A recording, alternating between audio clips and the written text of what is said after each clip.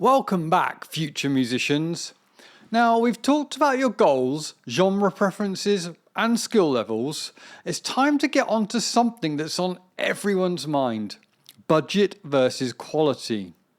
So, let's have a look at instruments. Quality instruments can be expensive, but it's essential not to cut corners. You can start with entry-level gear, but aim for something that will not hinder your growth. It all depends on what you're looking for.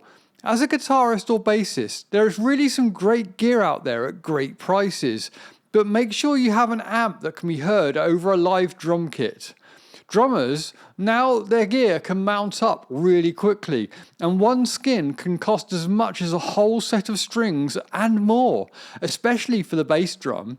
Singers, on the other hand, well, most rehearsal rooms and gigs tend to have mics and a PA, so they have a much cheaper route in. It's all about finding what works for you. Remember, your instrument is an investment in your musical journey. Take the time to explore your options and find something that fits both your budget and your quality standards.